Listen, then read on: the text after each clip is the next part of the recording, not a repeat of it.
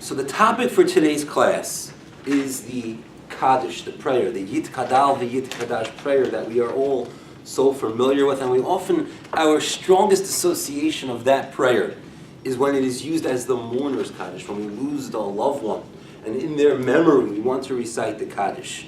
But in fact, it was established before we ever used it as a way of commemorating, elevating the memory of the deceased.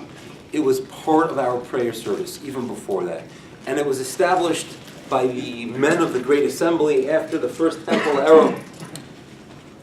After the First Temple was destroyed, they felt the need to bring a little more glory to God's name because it was not a good place. It was not a good point in our history. And they established the Kaddish, which we're going to see really speaks about God's name being great and His glory shining across the world. So it was first established as part of our standard prayer service, and later on, based on a fascinating story, that's where the rabbis incorporated it as one of the primary ways to bring elevation to the memory of our deceased loved ones. And we're going to begin with that story. So on your source sheets, I first gave you the Kaddish in Hebrew. I gave it to you in the transliterated, where they take the Hebrew words and they use the phonetic sounds of the English alphabet to create those words. And then I gave you the translation. So that takes up the first. Don't get worried about the thickness of the source sheet. The first page and a half are just the Kaddish in its different forms. I want to share with you a story.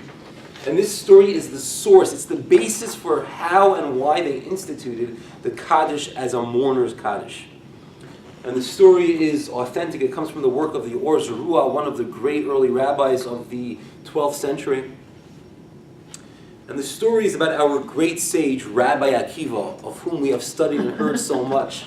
You know, it's amazing. It's amazing that Rabbi Akiva, when he started his career, his path of Torah study, how old was he? How old was Rabbi Akiva? 40.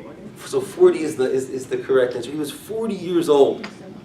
And what he managed to accomplish in such a short lifetime is, you know, that's one of the things that scares me. When I tell you what shakes me to my core is the worry that after hopefully I live a long and fulfilled life, I'll stand before my Maker and He'll say, look what you could have been and what you are. And that thought frightens me. I just have one quick thing Please. to say. I think Rabbi Akiva would be like one of us today if he were to be alive, and rather than being a rabbi. But go on. I don't know. The greatness was there. And so what he managed to become in such a short time was amazing. So the story goes that Rabbi Akiva was walking. He was walking along, and he sees what, he wasn't sure if it was some kind of ghost, an apparition, a man with a very blackened complexion. You can follow along the story. I gave you the bullet points of the story on page 2. And he sees this man with this very dark black complexion carrying a load of wood on his head, running. And he says to this man, this ghost, who are you, and what are you doing? And he said, well, I'm deceased. I am no longer alive. But in my lifetime, I was a miserable person. My job was being a tax collector. The king had appointed me to collect taxes, and I would abuse the poor. I would make sure that the poor paid more than their share in taxes because it's easy. It's easy to oppress the poor. There's no one to take their cause and fight for them. And the rich, I would be very lenient with them. They would sometimes give me a little extra tip just to make sure I wouldn't collect the taxes from them that I should. I oppressed the poor. I was lenient with the rich. And my punishment is, whatever this means, I don't fully comprehend it. My punishment is, every day I need to collect wood, and I have to do it very fast. And they burn me in that wood that I'm forced to collect, and that's my punishment. It's terrible affliction as my punishment for having oppressed the poor. And Rabbi Akiva, even though this man was a scoundrel, he felt bad for the agony this person's soul was in. And he says to this man, is there any way that we could alleviate your plight? Any way we could bring solace to your soul? And the man says, oh, I wish there was. But when I passed away, when I died, at a pretty young age, I left behind a wife who was expecting, she was pregnant, And if only we could get that child. I don't even know what became of that child. Did she deliver a baby? Was the baby healthy? Did the child survive? The idea of infant mortality. It used to be that many, many children died in childbirth. And thank God we live in a world now where we talk about being thankful and feeling gratitude, where thank God most children survive that very precarious process of birth. And he says, I don't know what became of that child, but I wasn't there to raise the child. There's no way the child even knows Hebrew. If you could ever locate, this is my hometown, maybe you could try to help me out. And Rabbi Akiva travels. He travels to the hometown where this man came from. He asks around, does anybody know this man? We're going to call him Shimon, just because I need to give the man a name. Does anybody know Shimon? And they say, oh, what a horrendous person, what a terrible. We're happy he's not with us anymore. He would mistreat the poor, and he was horrible. And Rabbi Akiva continues his inquiries, and he finds out that Shimon actually had a son, who was now a young man. And this son had no Jewish upbringing whatsoever. He was uncircumcised, illiterate, completely oblivious of anything Jewish or Hebrew. And Rabbi Akiva meets the son, gives him a circumcision, which I say, thank God we do it at 8 days, because we read that Ishmael did it when he was 13 years old, and there are some Muslims that still have that custom of doing circumcision at 13. And Isaac did it when he was 8 days, and that's the Jewish tradition, at 8 days of age. The story goes, interesting, I'm going to digress for a second. One of the things that perhaps caused the catalyst behind the famous story of the binding of Isaac, where Isaac was prepared to give up his life, because that's what God, he believed, wanted, was that Ishmael came to Isaac and said, Isaac, you proclaim yourself as a good person, as somebody who's devout in the service of God. I was 13 when I did my circumcision. I could have protested and I didn't. I went along with it happily. You were 8 days old. You had no say in the matter. I am greater than you, says Ishmael to Isaac. And Isaac says, you have a point. But if God were to ask me to give up my very soul, my very life for him, I would be prepared and ready to do it. And that's when God put Isaac to the test to see if he was going to put his money where his words were. And he gladly and willingly was. We think of the binding of Isaac and we see the images of someone being bound on an altar. Some people have the misconception that he was coerced by his father. And that's very much not the case. He was a willing participant. In the text of that story, it says that, in the very beginning, it says that the two of them went together. That's the wording of the text of the Torah. And Rashi there says that Isaac, who was unaware of what was about to happen, his father did not tell him right away. Abraham and Isaac went together, meaning they went with the same heart, the same desire to do whatever God wanted them to do. But then a verse later, after Isaac understood what was going to happen, it again says the two of them went together. It repeats it a second time. And Rashi, the classic commentator on the Torah, tells us that now that Isaac knew what was going to happen, they still went with the same desire to fulfill God's wish.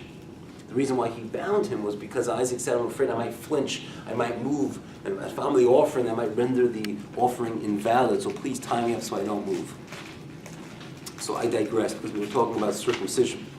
And the idea that this young man now was willing to be circumcised, even though he was older than 8 days. And Rabbi Akiva, who himself went on a journey of learning at an age past the standard elementary school when they teach children to read, he taught this young man how to read Hebrew.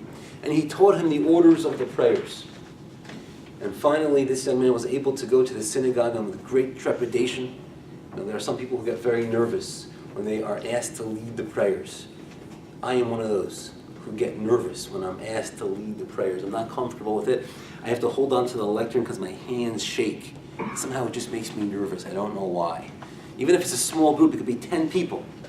It makes me nervous. And I try to always, there are people who have a fear of heights, and they'll purposely go up to a high place to try to conquer that fear.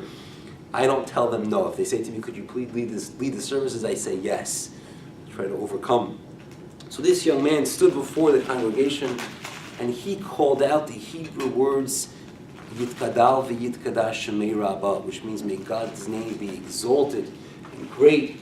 And they responded with the proper response, which we're going to explore what these words mean, Yehei shmei Rabba mevorach. And he was thereby able to alleviate his father's plight in the next world, And that night, the man comes to Rabbi Akiva in a dream and says, "Thank you so much. You don't know how much you have done for me." Based on that story, we've learned that saying the Kaddish brings elevation to the soul of a deceased one, brings them to a higher realm in the next world. And we have incorporated it, therefore, in our prayers for the deceased. So I spoke about an apparition, spoke about some ghost appearing, and I'm going to share with you a joke. The joke goes that there is a man and his wife, and they are sound asleep in the middle of the night, right next to each other, and all of a sudden the man wakes up because he hears a rustling, and the scariest looking apparition he has ever seen in his life comes into his bedroom. And this was in Israel, so they spoke Hebrew. And he says in Hebrew to this ghost, he says, "Mi ata, who are you?" This ghost, brandishing a sword, unsheathed sword, says, "Ani malach hamavet, I am the angel of death." Now it's important to note that in the Hebrew language, when you want to say somebody's soul, the word for that is nishama. But it's also Israeli slang.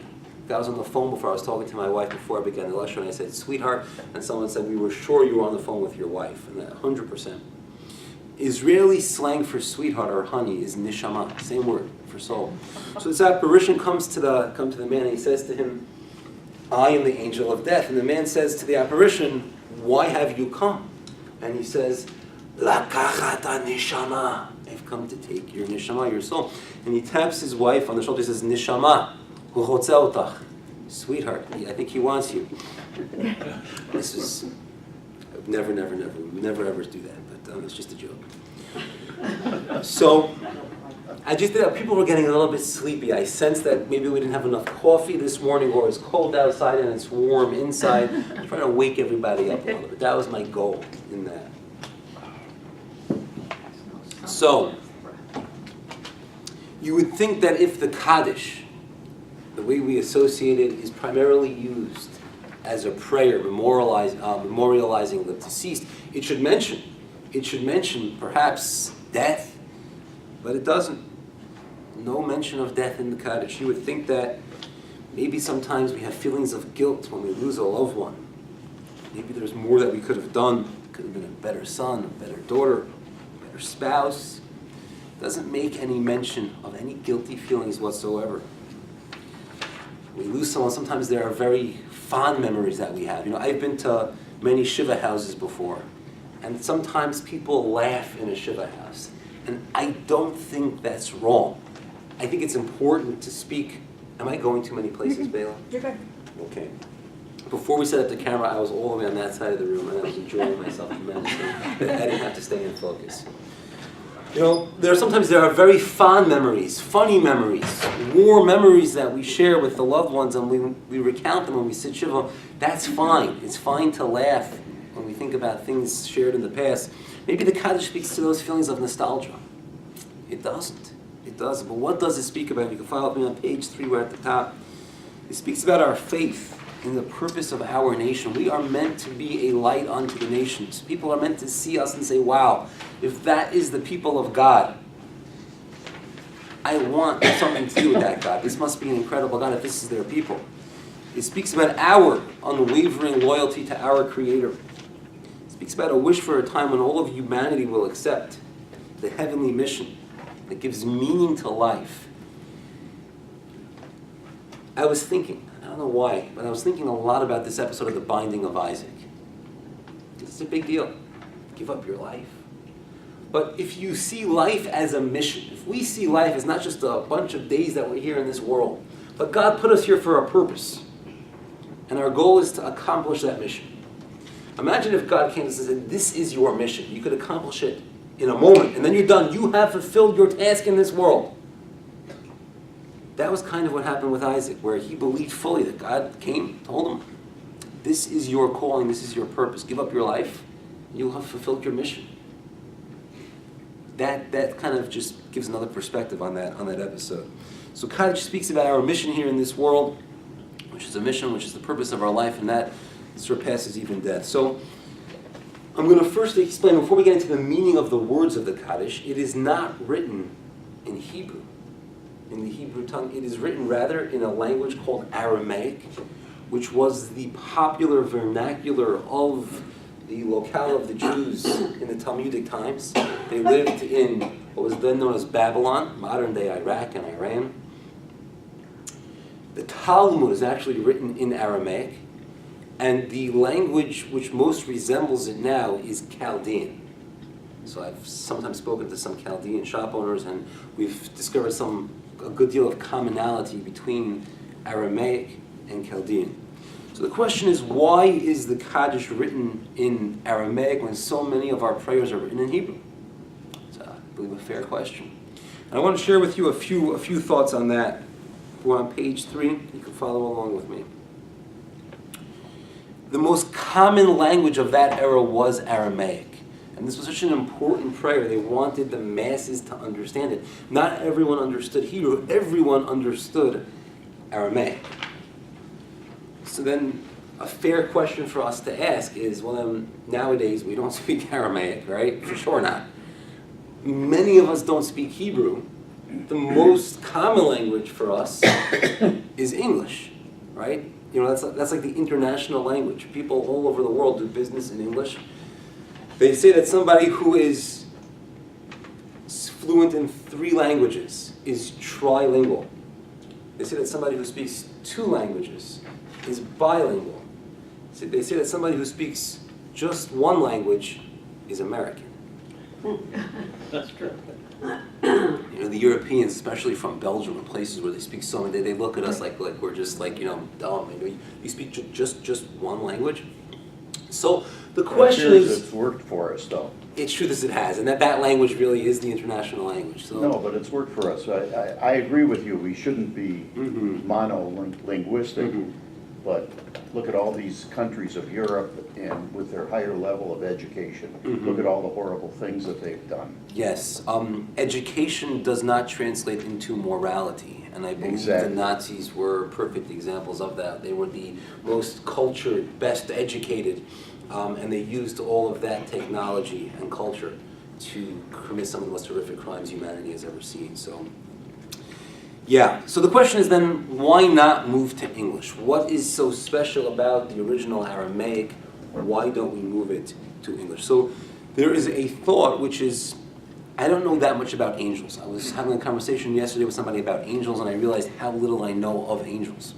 But what I do know about angels is that they are a spiritual being. They exist. The fact that there are parts of our world that we know now exist that we can't see. For example, we can't see radio waves, but we know they exist, and we can't see the cell waves that allow our cell phones to work, but they're there. There are angels that exist in another dimension, another realm of existence, and we can't see them, but they're there. And our sources tell us that for some reason, angels speak many languages, but they don't understand Aramaic. Aramaic is not the language of the angels. And therefore, we're trying to show the loftiness of this Kaddish prayer, that we are able to pray and to praise God in a language that even surpasses the angels' ability to praise God. And that's an advantage of sticking to the Aramaic. It's nice that they have now, they have linear Sidurim prayer books where they actually give you the English translation line by line. So that's a great tool if you want to say it in the Hebrew and you want to understand what you're saying, which is a good idea. You could use one of those linear ones. The great Kabbalistic book known as the Zohar gives another reason why it is said in Aramaic. And what he says is that this Kaddish prayer is very potent, it's very powerful and capable of somehow negating and subjugating and equalizing some of the dark forces that we create through our misdeeds. You'll find it a lot. Right before Yom Kippur, there's a prayer that's said called Tefillah Zaka, right before Kol Nidre. Before the Kol Nidre prayer, it's the first few pages of our Machzor, of our prayer book for Yom Kippur, and there it speaks of some of the forces that we create through our sinful behaviors. And he says that the Kaddish is able to neutralize these forces, and because, again, I'm going I'm not much of a Kabbalist, but he says that because it is addressing things that are of a darker spiritual nature, to use the holy tongue is not compatible with those forces, and therefore we use Aramaic as opposed to the holy tongue of Hebrew. All right, another wake-up point. You ready? I got a question for you. I believe, and I'm sure many of you do also believe, that the way the world came into being was as it's described in the beginning of the book of Genesis, that God created Adam and Eve. And they had children, and through them the world became populated. That's a belief that many of us share. By the way, there was once a bar mitzvah boy, and he wanted to write his own speech for his bar mitzvah. That was his thing. And he figured if being a bar mitzvah means going from a boy to a man, he wanted to explore and discuss the origins of mankind. I may have told this joke before. And he was a Jewish boy who had a mother who was very traditional. His father was a professor in a great university, professor of science. His father was an atheist. And he says to his mother, "Mom, could you tell me how people came to be?" And his mom said, "Well, if you look in the Torah, in the Bible, it describes in the beginning of the book of Genesis how God created Adam and Eve, and they procreated, and then that's how the world became populated." He goes to his dad, he says, "Dad, what's the origin of man?"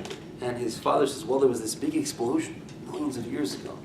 And that explosion resulted in gases and bacteria, and that eventually evolved into apes, and those apes eventually they were our ancestors, and that's where we came from." The boy's confused, because he's getting these conflicting messages from his parents. He goes back to his mom, he says, "Mom, I don't understand. You tell me that we came from God. God created us in the sixth day of creation. Dad says that we come from gases and bacteria and apes. Can you please clarify?" And his mother says, "Well, they're both true. He was just talking about his side of the family." So I digressed, and then I digressed from my digression, but I will bring us back. I got it. We were talking about languages, and I wanted to share with you something which is fascinating. You know, if we believe, and I believe this, that we came from one person, one man and one woman, and they probably spoke one language, Hebrew. How is it possible that we now live in a world where I can go to China, where they speak Mandarin, and there will be zero common ground between my English and their Mandarin? If we all came from the same person, I understand language can evolve. It could change a little bit. You see that between the difference between Britain and the U.S., where we started with the same language, and when you say somebody lives in a flat or a lift, they go up in the lift to get to their flat, and they're dressed very smart, right? That's the British way of speaking. But how can it be that if we all spoke the same language, that there will be no common ground between any of them? Is that a good question? Because this question troubled me. And the answer to that question lies in the very same Torah which describes the story of creation. It tells us how, this is at the very end of the parsha known as the parsha of Noah, and the Great Flood. After the Great Flood, they lived in the area near the Euphrates and Tigris River, and they were building this tower, the Tower of Babel, and they were somehow going to wage war against God.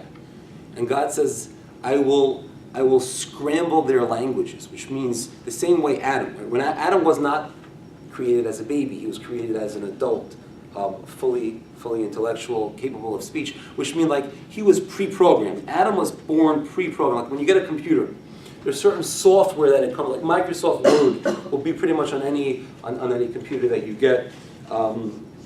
And Adam was pre-programmed with the ability to speak, which means God put it in his mind as part of the creation. God visited this group of people that was trying to build a tower to wage war against him, and reprogram their minds with different languages in order to hinder their ability to communicate successfully and effectively with one another, and thereby thwarted their mission of building the tower. And that is how the 70 languages were created in the world. And that explains why, even though we originated from the same person, why we would speak languages that have nothing in common. So the reason why we spoke about that was we were talking about languages, how angels only speak certain languages, and why we use Aramaic specifically, and then I just figured I'd tell you this interesting tidbit of information. Let's discuss the how. How does it work? I say this Kaddish, and that brings elevation to the soul of the deceased.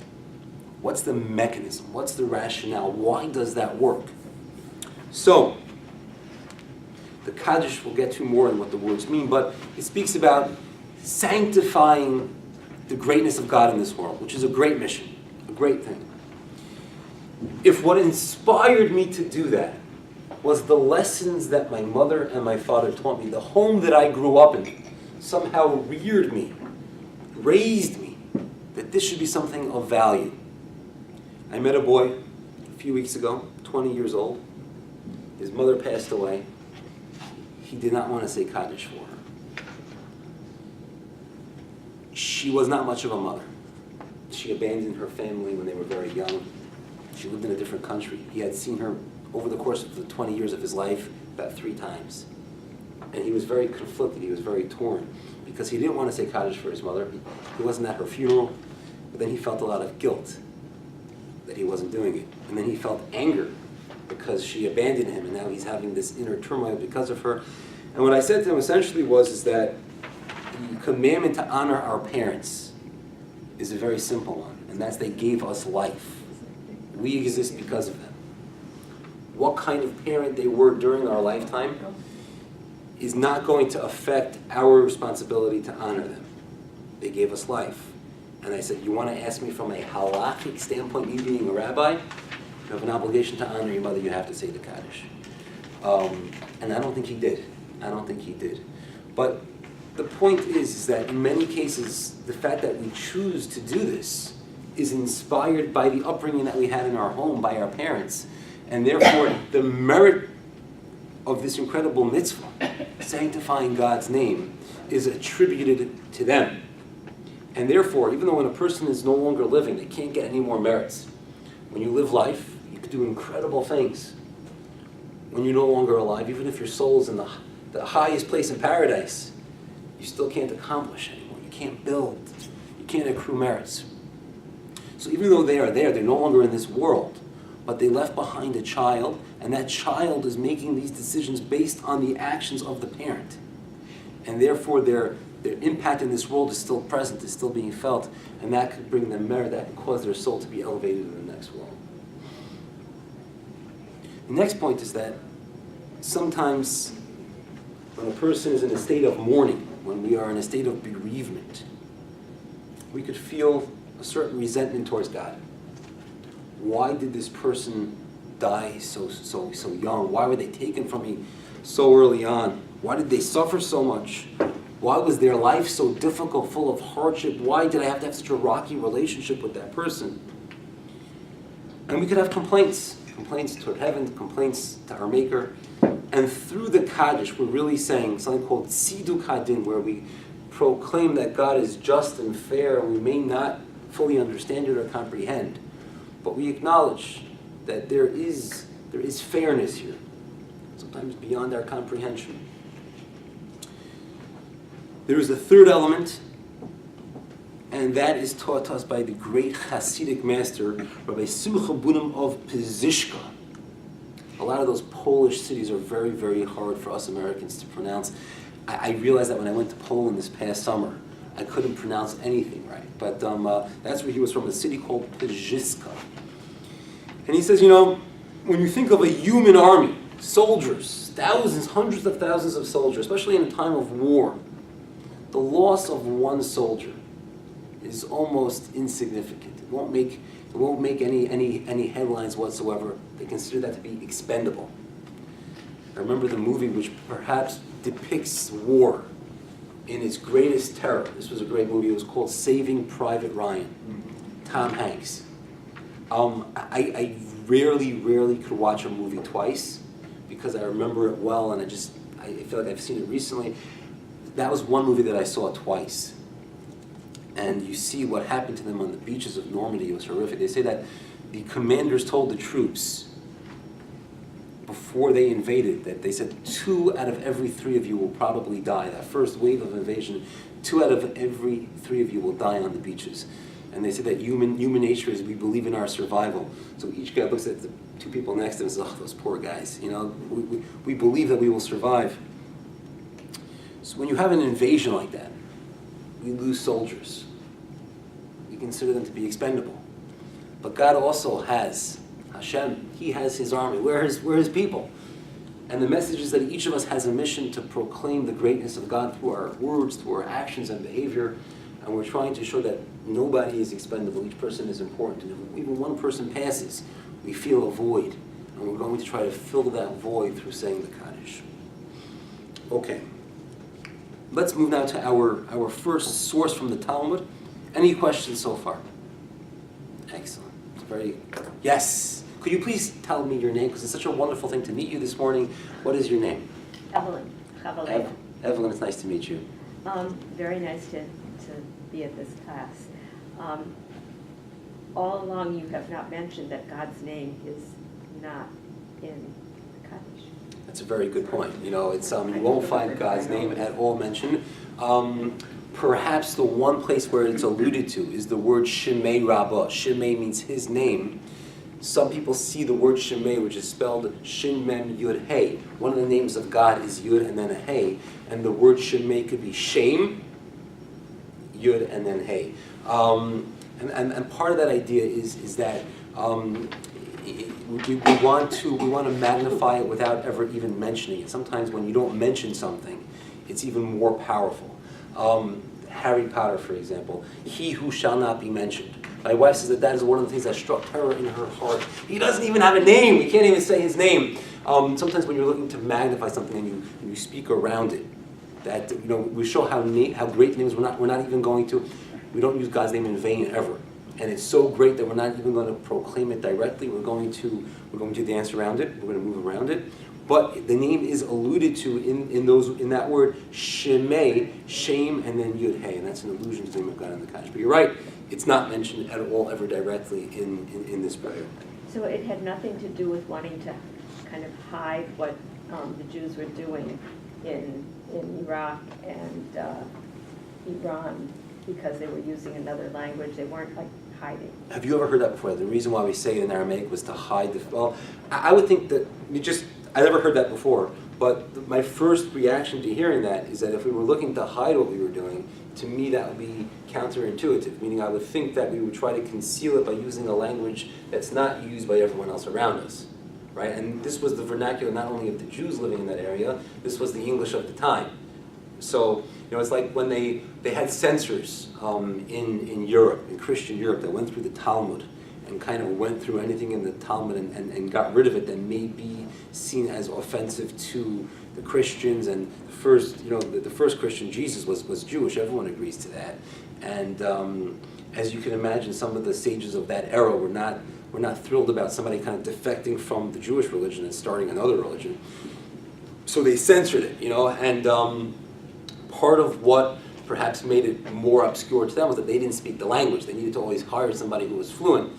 I would think that if our goal in the Kaddish and putting in Aramaic was to conceal it from the people around us, to me it would make more sense to put it in Hebrew, because this way it wouldn't be readily accessible to them. But that's a great point that everyone is bringing up, is that the name of God is not used directly once in the entire Kaddish, and that's a perplexing question of why. I put forth a theory which may or may not be correct, I'm not sure. But sometimes when you want to show the greatness of something, you'll circle around it without ever actually mentioning it directly. And I just threw in the Harry Potter Voldemort reference because why not? By the way, I never read. I didn't read Harry Potter. What happened was my wife. She was when I first met her. She was in the middle of the series. And I remember when I went over to her house once for a weekend. I said to her, "You know what? I see you have about 80, 90 pages left. You go into your room, you read it, and then we'll speak after. I don't want you to feel torn. Who am I to compete with Harry Potter?" But what I did was I wanted to make sure that I never read it, because I saw people around me falling like flies and just giving in and reading it. I read the last 40 pages of the 7th book, just to make sure that I would never be tempted. So I did read that. So that's my Harry Potter exposure. All right, let's take a look at our next source. We're on the very bottom of page 3. We have 10 minutes left to the class. I will stop exactly at 10:30. My father taught me never go a minute over. And I listen to my mother, I don't eat grapefruit. And I listen to my father, I never go over the time allotted for a class. Bottom of page 3. This is a quote from the Babylonian Talmud in Tractate Sota. And it says that Rabbi Shimon ben Gamliel, one of the great sages from the time of the Mishnah, said in the name of Rabbi Yehoshua that from the day that the great temple was destroyed, no day goes by that we don't experience some level of curse. The blessing is just not as abundant as it had been. The dew does not descend with the same blessing, The fruits have lost their full flavor. If you want to know what that means, fruit having flavor, I challenge you to go to Israel and try the produce there. And then you will see some really robust flavors of fruit. And you'll see that, even though we have fruit across every season here, we're missing something. And we're being taught by the Talmud is that it could even be better than that. Fruit doesn't have its full flavor. But in what merit does the world continue to exist? After the temple was destroyed, in what merit does the world exist? And it tells us two things. Number one, on a certain prayer, on the recital of something called the Kaddish of the order. And that's at the end of the morning prayers. After they finish the bulk of it, they say the Ashrei prayer followed by the Uva L'Tzion, which has this Kedusha. The Kedusha is the responsive Kadosh, Kadosh, Kadosh, the angelic praise of God. And it appears at the end of the morning prayers. That's one thing that keeps the world going. And the second thing is the Yehei Shmei Rabbah, the response of the Kaddish. May God's name be great. That's what keeps the world going. You see how significant the Kaddish prayer is. Going to skip my next point because I want to move on. I want to focus now we're on page 4. If you notice, there are words in very large, bold lettering in the middle of page 4. Yehei Shmei Rabbah, may His great name be blessed.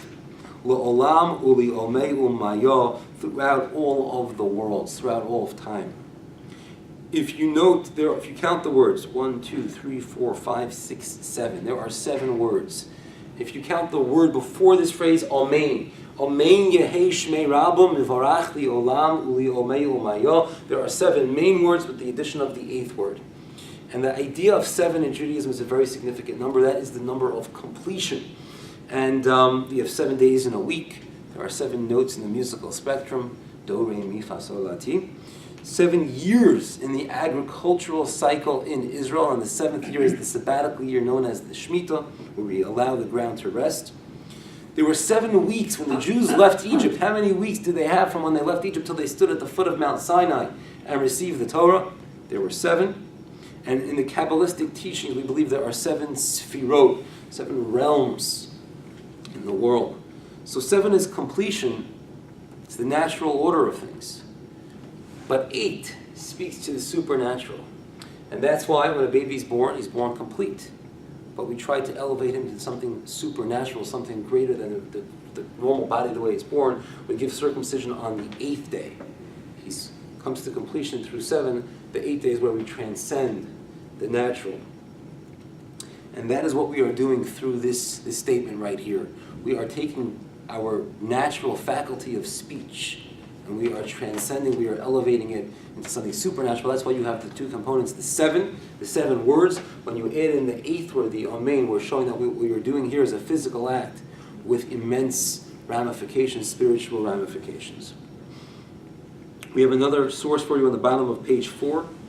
And it says that when Israel enters into the synagogues and the study halls, and they respond with this prayer, Yehei Shmei Rabbah, again this is a source from the Babylonian Talmud, the Holy One, blessed is He, God, the Creator of mankind, kind of nods his head in approval. And he says, fortunate is the King, who they praise this way in his home. But what is to the father who has exiled his children? God feels bad about the fact that we no longer share that close bond that we once had when we lived in Israel with the temple. And woe to the children who have been exiled from the table of their father.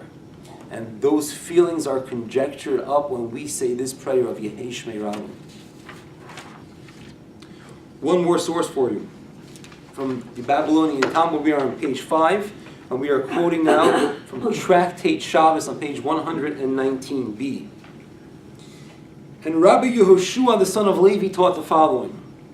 Anyone who answers, Amen Yehei Shmei Rabbah Mivorach, when you say those words, you say it with all your strength, that in heaven, even if there has been a decree, a negative decree against you, it is ripped up.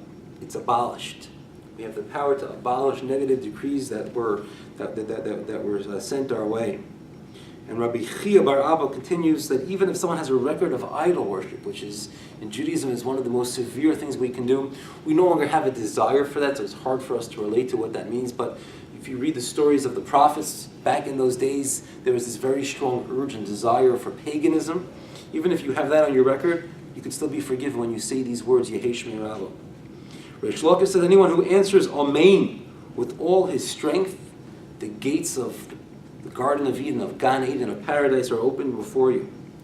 And then the Talmud closes by explaining, what does that mean, Amen? What do those words mean, Amen? And they say it is an acronym for the words Kel Melech Ne'eman, that God is king and he is faithful. He's faithful to us, he believes in us, he has trust and faith in us that we are going to make something incredible of each day that we're given. There's a teaching in the Talmud that says that when somebody says a blessing, and another person responds, Amen, Amen, which means I concur, I agree with what was just said, the person who responds Amen or Amen is more meritorious, has done something more noble than the person who said the blessing. The question is why? It's much fewer words. This guy gave a whole blessing, he said it in Hebrew, he got the words right, and you just say Amen, and we say you have more merit. Why is that? We know that in Judaism, when you want to establish something in a court of law, we don't use circumstantial evidence. We don't say, okay, OJ, there was a murder weapon with your prints on it, we have motive and you have no alibi. Like in an American court, you can convince a jury that if a person had a motive to kill, his fingerprints were on the murder weapon, right? The gun has his prints on it, and nobody knows where he was. He was not at any parties seen in public at the time of the crime. They will put you away for life with that kind of evidence. No one actually saw you commit the crime. In a Jewish court, we need witnesses, and they interrogate the witnesses with this very rigorous questioning process. But that's the point, that we establish something as fact when you have two witnesses. One witness is not good.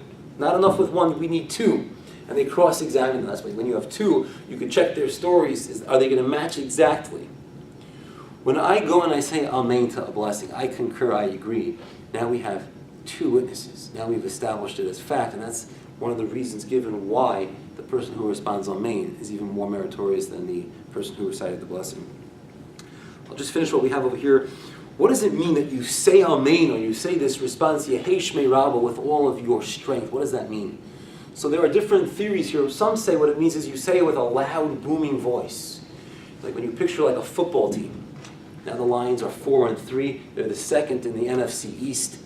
When they get together for that huddle and they're trying to build the team spirit, they're going to do whatever chant they do is going to be loud. It won't be in a whisper. When you believe in something, you say it loud. If the king has a messenger who's tasked with going to some faraway city and delivering the message of the king, he's not going to come meekly, shyly, abashedly into the Times Square and say, I have a message of the king, and maybe you want to come and you want to hear it. He's going to, in a loud, booming voice, say, I have a message from the king! And he'll let it know that he has something important to say. That's one idea. We are going to proclaim that God's name is great. We're going to do it like we mean it, in a loud voice. Others explain it's not so much the decibel level of our voice, but it's the inner conviction and concentration that we have in our heart. That's what we care about in prayer.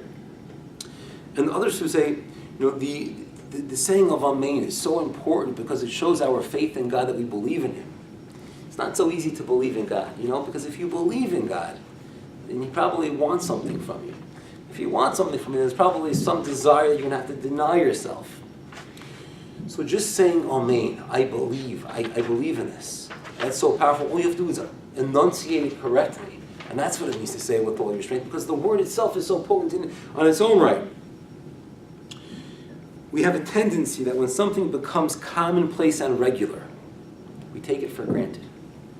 I remember my wife once went to Israel with a group. She was leading a mission, and I was a single dad for that weekend. And I remember going into Shabbat. I don't turn lights on or off, so I need to set them the way they're meant to be beforehand.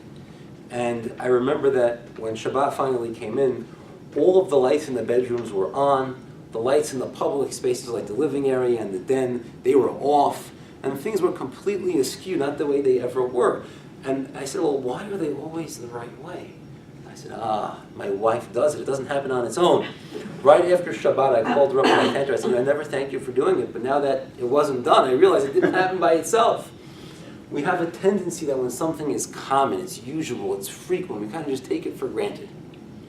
And we say Amen all the time, and the blessings, people say blessings over food, we go to prayers, we say it. If we just take a step back and appreciate what we're saying, it says right here that it has the ability that if there was a harsh decree leveled against us in heaven, it is put into the shredder with all the other important documents that they have. That's powerful. And even though we say it aloud, we have to appreciate what that means. I'm going to end with one thought, which is the following on page 6. The word yitgadal, the root of that word in Hebrew, the way we have Hebrew is that every word has a root. Those roots are used in different conjugations to form different words. The root of the word yitgadal comes from the word gadol, which means big, great. V'yitkadash, the root of that word is kadosh, which means holy. And the question is, what does that mean? What does that mean? That may God be greater. May God be holier. That implies that God is not the epitome of perfection right now. And we believe that God is perfect, perfection. You can't be any holier and you can't be any greater if you are God. So what does it mean? When I saw an explanation, what that really means is that of course God can't become greater, but that we should have an appreciation. We should have a greater appreciation for how great God is. We should have an appreciation for how holy God is. And that's the meaning of the Kaddish prayer, where we ask that people, the world, should recognize and appreciate the greatness of God. I thank you all for coming today.